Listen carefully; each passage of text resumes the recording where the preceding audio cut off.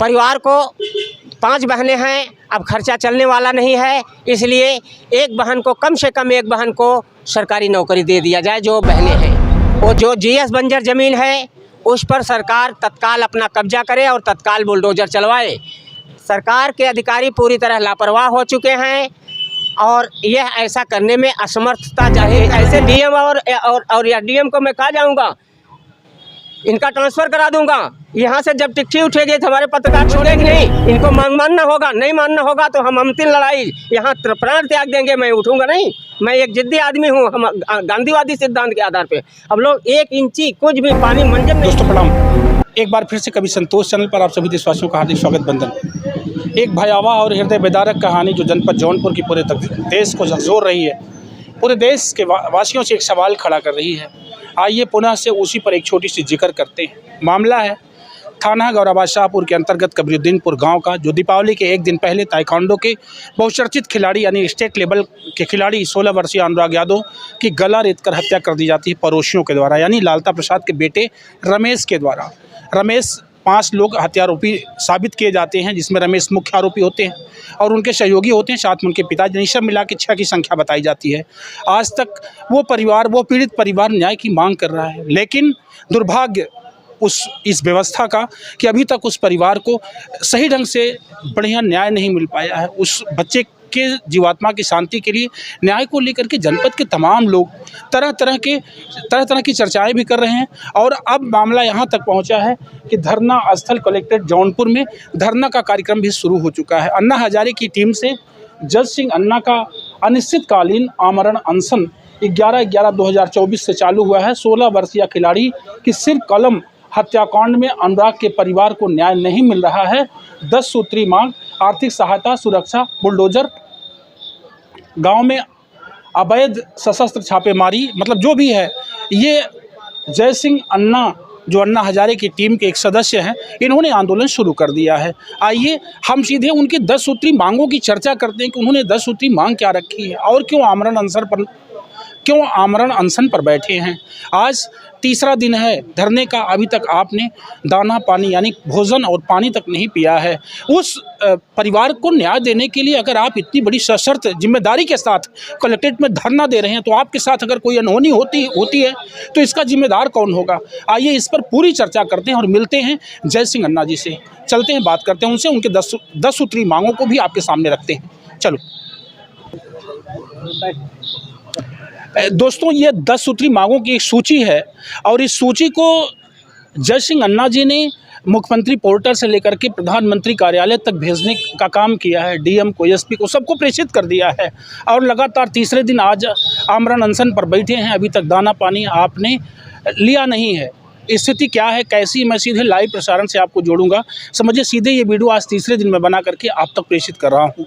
इनकी 10 सूत्री मांगे मैं पढ़ करके आपको सुनाना चाहता हूँ। ये 10 मांगे हैं, मैं इसे पन्ना भी चस्पा करूँगा अपने इस वीडियो में, आप लगातार देखते रहिएगा कि 10 मांगे क्या रखते हैं। पहली मांग मैं चाहूँगा सर पढ़ लूँ ना।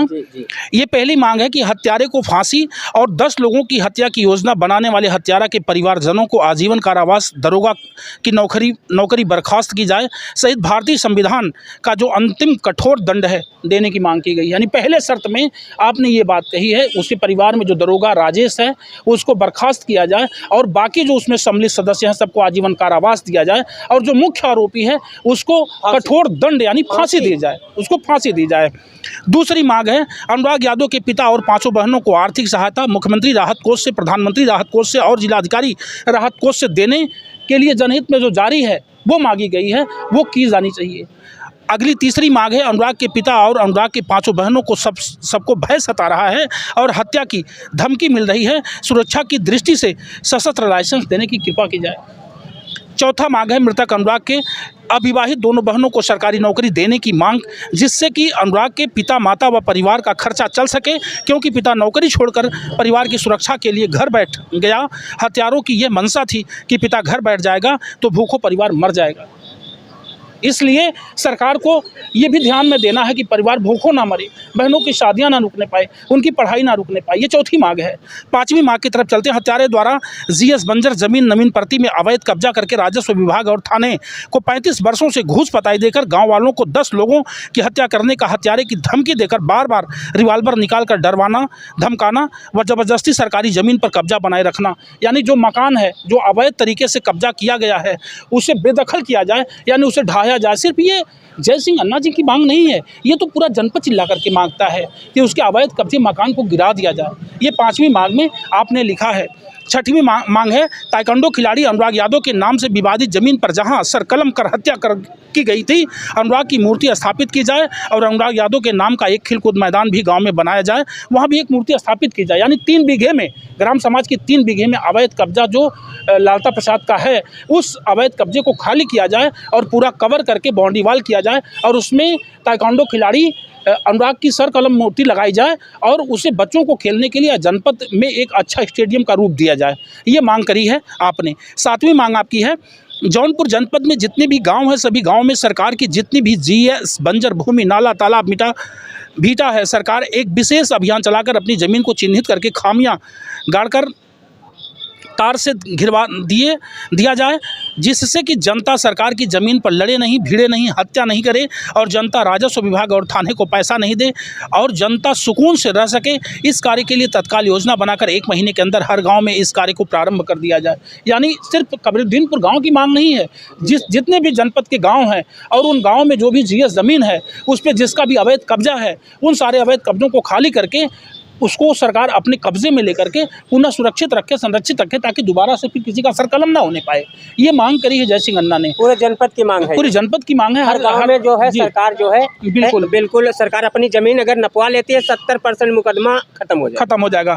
8वीं मांग है जनता के अनुमान के अनुसार हर गाँव में 10 दबंग दादा मनबर युवाओं के पास कट्टा, अवैध रिवाल्वर, धारदार हथियार, तलवारें हैं।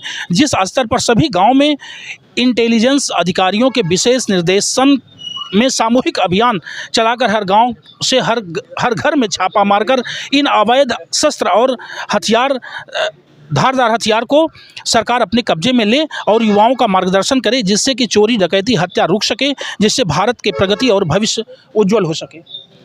हर गांव की बात मांगी, हर गांव की बात मांगी गई है और लगभग हर घरों में जांच की जाए जहां अवैध हथियार रखे गए हैं। अगली मांग है राजस्व विभाग थाना की सभी विवादित फाइलों को जो अधिकारियों के पास न्याय के लिए पड़े हैं, आवेदन के 1 सप्ताह के अंदर तत्काल निपटाया जाए, जिससे अनुराग हत्याकांड जैसी घटना नहीं हो सके। 35 वर्षों से मुकदमा चल रहा है, बिल्कुल फाइल निपटाए होते तो ये हत्या होती नहीं होती। अगली मांग की तरफ चलते, इस हत्याकांड प्रकरण का मजिस्ट्रेट जांच किया जाए, जनता के सामने प्रत्यक्ष रूप से उजागर किया जाए। ये 10 मांगे आपकी हैं। इसका मैं पन्ना अभी फ़ोटो खींच करके उस पर पेस्ट भी करूँगा, आप लोग देखिएगा। ये 10 मांगे जो आपने करी हैं, आप चलते हैं इस पे आपसे बात करते हैं कि अब तक कहाँ तक आपके सहयोग में शासन प्रशासन के लोग जनपद से आए हैं। मैं बात करना चाहूँगा। स्वागत है हम आपके चैनल को, जो जनता के दुख को आप उजागर कर रहे हैं। आप धनवान हो और आपका चैनल अजर अमर रहे। और हमारे साथ प्रतिदिन 300 लोग यहाँ बैठ रहे हैं। भैया लोग देखिए सब लगातार यहाँ खड़े हैं, बैठे हैं, समर्थन कर रहे हैं और सबकी एक स्वर से मांग है कि वो जो हत्यारे हैं उनको फांसी फर्स्ट को और सेकंड, थर्ड, फोर्थ को सजाए आजीवन कारावास और जो 2 नाबालिग हैं 15-15 वर्ष की सजा दी जाए। इसके बाद जो अनुराग यादव के पिता हैं उनको और उनके परिवार को 25 लाख रुपए प्रधानमंत्री राहत कोष से, मुख्यमंत्री राहत कोष से, डीएम राहत कोष से, कृषि विभाग से 25 लाख रुपए आर्थिक सहायता मदद किया जाए, क्योंकि वो परिवार अब भूखों मरेगा। वो सर्विस छोड़ करके आ गया है, अब वो और राजा दशरथ की तरह पुत्र वियोग में मर जाएगा। हम तो जान रहे हैं पिता 15 दिन में मर जाएगा। इस तरह से उसका वियोग और अंतरात्मा की धधक रही है कि फर्स्ट पुत्र 5 बहनों में मर गया, वो भी एक ऐसा खिलाड़ी जो ताइक्वांडो खिलाड़ी था। हम कुल उसका 20 मेडल हमने मोबाइल में कैद किया है और 16 वर्ष का लड़का होनहार, सोना जैसा इतना गोरा सा लंबा सा होनहार लड़का 16 वर्ष का इस निर्दयी ने कत्ल किया है। ये अकबर के ज़माने की कत्ल कही जाएगी और अरब ईरान की कत्ल कही जाएगी। यह पद्धति भारत में आई, इसके लिए डीएम और माननीय उत्तर प्रदेश सरकार, केंद्र सरकार से कहा जा रहा है कि यह इस तरह की हत्या जो ईरान इराक से आ रही है इसको रोका जाए। और परिवार को 5 बहनें हैं, अब खर्चा चलने वाला नहीं है, इसलिए एक बहन को, कम से कम एक बहन को सरकारी नौकरी दे दिया जाए जो बहनें हैं। और वो जो जीएस बंजर ज़मीन है उस पर सरकार तत्काल अपना कब्जा करे और तत्काल बुलडोज़र चलवाए। सरकार के अधिकारी पूरी तरह लापरवाह हो चुके हैं और यह ऐसा करने में असमर्थता जाहिर कर रहे हैं और पक्ष विपक्ष दोनों की बातें ये करते हुए पैसा भी पीछे से ले रहे हैं और यह हीला हवाली कर रहे हैं। और हमारी मांग है कि जो ज़मीन है उस पर ताइक्वांडो खिलाड़ी अनुराग यादव का एक प्रतिमा लगाई जाए, सर अलग धड़ अलग, जिससे कि पूरा देश और पूरा ज़िला जानता रहे कि एक घटना जिले में ऐसी हुई थी और हर बच्चा सचेत रहे कि एक कलम हो सकता है। और माननीय गिरीश यादव जी जो खेल मंत्री हैं उनसे अनुरोध है कि ज़िले का एक पार्क का नाम अनुराग यादव पार्क घोषित कर दिया जाए। इसके बाद हमारी 10 मांगें आपने पढ़ा है, कोई मांग अगर गलत हो तो हम उसको काट दें, हमारी सारी मांगें सही हैं। ये केवल कबीरदुनपुर की घटना नहीं है, हर गांव में 10 बच्चों के पास रिवाल्वर, कट्टा, अवैध हथियार हैं, उसको निकालने की कोशिश कीजिए। और सरकार ने एक रोटी फेंका है, हाँ, जीएस बंजर, नजूल भूमि, भीटा, तालाब, नाला, इसके अपना अगर ये हाथा घिरवा लेते या बाउंड्री घरवा लेते या खमियाँ गाड़ देते नपवा करके, तो हम लोग लड़ना बंद कर देते और हम लोग जो है राजस्व को पैसा देना बंद कर देते और अपनी ज़मीन नहीं समझते और इस तरह का कत्लेआम बंद हो जाता। तो इस तरह से अभी आप माननीय डीएम गए, इतना हड़कंप मचाए, एक थप्पड़ है उसको मारा, लेखपाल को मारा, एक सिपाही को बर्खास्त कर दिया, भौकाल बनाए, अभी हमारे सामने बिल्डिंग गिराओ, ये सब केवल डीएम का भौकाल था। आज 15वां दिन है, कोई कार्रवाई नहीं हुई है। हम यहाँ इसलिए आमरण अनशन पर बैठे कि ज़िले के नेता जो है वहाँ केवल फ़ोटो खिंचाए, अपना एल्बम बनाए और अपना नाम कमाए, लेकिन अंतिम लड़ाई लड़े कौन? इसलिए हम अन्ना जज सिंह अन्ना अंतिम लड़ाई लड़ने के लिए अन्ना हजारे टीम आई हुई है। हमारे साथ एक अकेले नहीं हैं, ये सब भैया लोग खड़े हैं। 300 लोग दिन भर यहाँ धरना स्थल पर रहते हैं, सब सपोर्ट कर रहे हैं कि ऐसी घटना को दोबारा ज़िले में रोकी जाए, कहीं भी ये घटना ना हो, इसलिए ऐसी सज़ा दी जाए कि दोबारा ये पनपे नहीं। और ऐसे जिलाधिकारी जो जिला के मासूम बने हुए हैं, किसानों के मसीहा बने हुए हैं और वहाँ जाकर के मरहम पट्टी लगाए हैं, तो ऐसे जिलाधिकारी को ट्रांसफ़र कर दिया जाए। नहीं ज़रूरत है, 15 दिन हो गया, ऐसे सख्त मामलों में 16वां दिन है। अभी तक तो यशो नहीं ट्रांसफर हुआ, तो जिलाधिकारी यशो को कल हम जब धरने पे बैठे हैं तो यशो राजाराम को ट्रांसफ़र किया गया है। यहाँ पे सारे अधिकारी आए, मंत्रणा किए, हम यहाँ धरने पे बैठे तब जाके चस्पा चपकाया गया कि 25 तारीख तक बिल्डिंग गिरा दी जाएगी, 25 तारीख तक का नोटिस चस्पा दिया गया है, आप जहाँ कार्रवाई करना हो कर सकते हैं। तो वो तो सुप्रीम कोर्ट भाग जाएगा, तो उसको समय दिया गया, सुप्रीम कोर्ट भाग जाएगा और वो बिल्डिंग फिर बचाने की कोशिश करेगा। इसके बाद हमारे पवन यादव जी परसों आए हुए थे, पहले धरना बैठा, पहले कहें उठो उठो उठो, हम नहीं बैठने देंगे, हम धरने नहीं करने देंगे अपनी ज़मीन में। हमने कहा हम धरना करेंगे, हम उठेंगे नहीं, क्योंकि हमारे साथ बड़ी जनता है, बहुत जनता, बड़ी जनता ने घेर लिया, उठाने नहीं दिया। इसके बाद उन्होंने कहा कार्रवाई कर रहे हैं, हमने कहा क्या कार्रवाई कर रहे हैं भाई, क्या कार्रवाई कर रहे हैं आप? तो बताए कि हम 5 लाख रुपए जो है आर्थिक सहायता दे रहे हैं। हमने कहा कहाँ दे रहे हैं? पवन यादव एसडीएम सदर हैं, उनको कोई लाइक नहीं करता, कोई लाइक पवन यादव को नहीं करता, 99% जनता लाइक नहीं करती है। उनका ट्रांसफ़र किसी अन्य ज़िले में कर दिया जाए तो ज़्यादा बेहतर है, लेकिन अब एसडीएम के रूप में हैं तो नौकरी देना है भाई, कहीं न कहीं नौकरी उनको एडजस्ट करना है। लेकिन जनता ये जितनी खड़ी है, जनता लाइक नहीं करती पवन यादव को, हम अंदरूनी बात बता रहे हैं। उनके बाद व्यवहार से भी लोग संतुष्ट नहीं है। पवन सिंह यादव हैं, पवन सिंह यादव, पवन सिंह लिखते हैं।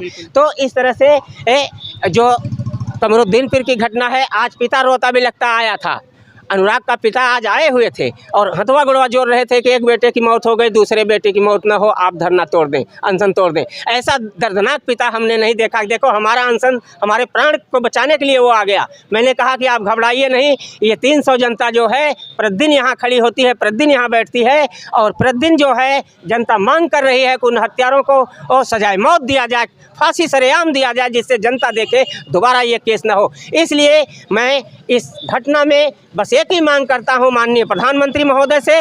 आज मैंने प्रधानमंत्री को वीडियो भेजा है, जो हाथ में सर लिए हुए वो सर दिखा रहा है, वहाँ उठाया हुआ है प्रधान द्वारा।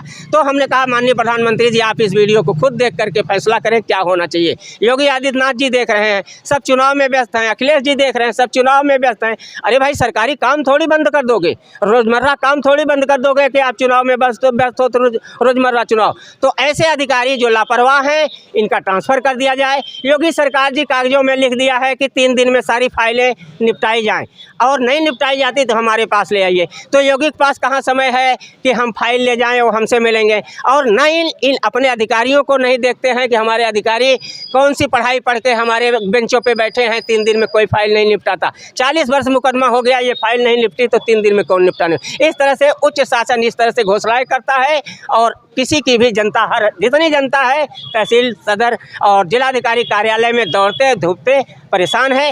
अपनी कमाई का ये जनता 40% से 60% हिस्सा ये तहसील में और दवाई में, थाने में दे देते हैं। 40% से 60% हिस्सा ये थाने में, तहसील में, दवाई में दे रहे हैं बेचारे। आपकी तबीयत का क्या हाल चाल है? 3 दिन हो गया। अब तोल नहीं पा रहे हैं, तीसरा दिन है। हम एक बहुत अन्ना हजारे वाले हैं। हम सीधे गांधीवादी सिद्धांत अपनाते हैं और देश में ऐसे ही चलते हैं। हमारे पास अठन्नी नहीं रहती, लेकिन हम 100 किलोमीटर 150 किलोमीटर रोज साइकिल चला करके हम जाते हैं, धरना प्रदर्शन करते हैं। जनता का दर्द, कोई भी काम अभी माना 3 दिन हो गया। आप ये एक शर्त है कि मैं आमरण अनशन पर हूँ, आज 3 दिन हो गया। मैं समझ रहा हूँ, और सरकार जो है न्याय नहीं देगी। अगर आपकी इच्छा, सरकार न्याय नहीं देगी तो हम लोग यहाँ पे जो एक मंच बना है, ये धरना स्थल एक मंच होता है। संविधान में हमारा संवैधानिक अधिकार है। यहाँ जब मृत्यु होगी तो हमारी सोने की टिकटी उठेगी, सोने की, और ये पत्रकार लोग उठाएंगे, वो ठीक हो, देश देखेगा। तो ये धरना स्थल संविधान में बहुत महत्वपूर्ण दिया गया है। इनको ऐसे डीएम और या डीएम को मैं कहा जाऊँगा, इनका ट्रांसफ़र करा दूंगा। यहाँ से जब टिकटी उठेगी तो हमारे पत्रकार छोड़ेंगे नहीं, समझ गए कि नहीं। इनको मानना होगा, नहीं मानना होगा तो हम अंतिम लड़ाई यहाँ प्राण त्याग देंगे। मैं उठूंगा नहीं, मैं एक जिद्दी आदमी हूँ। हम गांधीवादी सिद्धांत के आधार पे हम लोग 1 इंची कुछ भी पानी मंजन नहीं किया हूँ। भैया लोगों से पूछ लीजिए, सबकी एक मांग है, जितने सारे भैया आंदोलन में शामिल हैं, सब एक शर्त है कि हत्यारे को फांसी दिया जाए, जिससे कि दोबारा ये कत्ल जैसी हत्या ना हो। ठीक है दोस्तों, आप सुन सकते हैं ये दर्द, ये हृदय विदारक कहानी जनपद जौनपुर के थाना गौरा बादशाहपुर कबीरुद्दीनपुर गांव की है, जिसके लिए आज जय सिंह अन्ना जी आंदोलन पर बैठे हैं। एक शर्त है कि जब तक न्याय नहीं मिलेगा, मर जाऊंगा, उठूंगा नहीं। और इस तरह के जिद को या इस तरह की मांग को लेकर के जब कोई व्यक्ति ज़िंदगी को मौत के हवाले कर देगा, तो शासन को लज्जा आनी चाहिए, प्रशासन को शर्म आनी चाहिए, सोचना चाहिए, विचारना चाहिए। इतनी घिनौनी, इतनी क्रूरता भरी हरकत अगर प्रशासन करेगा, शासन करेगा, तो देश का क्या होगा? एक बड़ा सवाल उठता है। पवन यादव जी ने कहा कि मैं काम कर रहा हूँ, मैं एक आवास दे रहा हूँ। इकलौता पुत्र जिसका मर गया, भैया वो आवास लेगा? उसके पास तो आवास खुद ही है, वो तो खुद ही दान देना चाह रहा है। हमारे साथ भैया लोग हैं, देखिए हमारे साथ कितने समर्थन है। सब एक स्वर से मांग कर रहे हैं।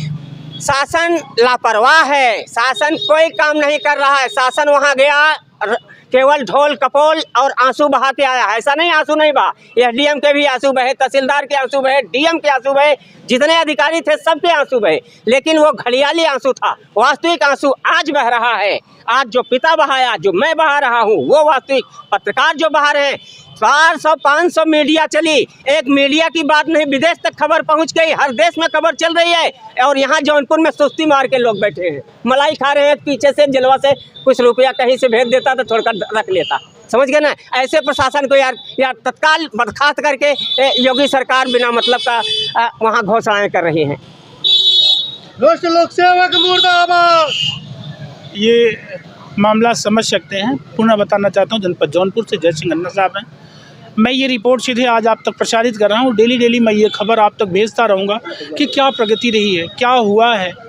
अब मैं चाहूँगा इनकी 10 सूत्री मांगे, अनुराग की खबर और ये पूरी खबर को जोड़ करके आप किस व्यवस्था से आप देखते हैं। आपने क्या कर रहे हैं, आप क्या कर रहे हैं? अगर लोक सेवक जो है, अगर अपने आप पे आ जाए तो ऐसी वारदातें पल भर में ख़त्म हो जाएगी, ऐसी वारदातें होगी नहीं। लेकिन इनकी आत्मबलती मरते हुए आत्मबलता की वजह से ऐसी देश में समाज में आए दिन घटना होती रहती है। लेकिन ये भ्रष्ट होने की वजह से, भ्रष्टाचार में लिप्त होने की वजह से ये जनता की जरा से भी परवाह नहीं करते हैं। अपने आप को जहाँ भी बैठे हैं उसी जगह बड़े पहलवान समझते हैं, लेकिन ये है जनता के सेवक। लेकिन इनकी खुद आत्मबलता मरती हुई की वजह से ऐसी समाज में आए दिन एक घटना होती रहती है। ये भ्रष्टाचार में इतने बड़े लिप्त हो गए हैं कि इनकी आंखों पे पट्टी बन गई है। क्योंकि जो पकड़ाता वही चोर कहलाता है, जो नहीं पकड़ाता है वो चोर नहीं कहलाता। बिल्कुल बिल्कुल बिल्कुल, आप भी अन्ना जी के साथ बैठे हुए हैं और ऐसे लगभग 250-300 लोग यहाँ हमेशा मौजूद रहते हैं। सबके विचारों में एक उद्गम है, सबके विचारों में एक दर्द है, है। सारे लोग कुछ ना कुछ मीडिया के समक्ष बोलना चाहते हैं, लेकिन मैं सीधे आपको इसलिए जोड़ रहा हूँ आपसे कि आपने ये पहल करी है जनपद में, और ये आपकी पहली पहल नहीं है। ऐसे लगभग 300 से ज़्यादा 400 धरना आपने दिया जनपद के सुधार के लिए, जनपद की बिगड़ती हुई व्यवस्था को संभालने के लिए, और आज पुनः अनुराग की मृतक आत्मा की शांति के लिए, न्याय के लिए, उस परिवार को न्याय के लिए आप फिर से धरने पर विराजमान हैं। अब क्या इस धरने का परिणाम होगा ये आप लोग कमेंट में बताएं। हम चाहते हैं कि हमारे अधिवक्ता लोग खड़े हैं, एक स्वर से पूरा दीवानी घेर लें और विपक्ष को बैठा करके उसके वकील को जमीन पे बैठा दे, कह दे कि तुम गलत हो। सारे अधिवक्ता एक तरफ हो जाएं और वास्तव में न्याय दिलाएं कि वो 16 वर्षीय बालक वो देवता था, देश का भविष्य बन सकता था। जी दोस्तों, आप समझ सकते हैं ये पूरी कहानी है, और ये कहानी जनपद कलेक्ट्रेट परिसर से मैं आप तक भेज रहा हूँ। आगे जल्द ही दूसरे वीडियो के साथ फिर से मिलते हैं। आपका अपना संतोष, पुनः से मेरे साथ cameraman Vishal Dubey. Thank you.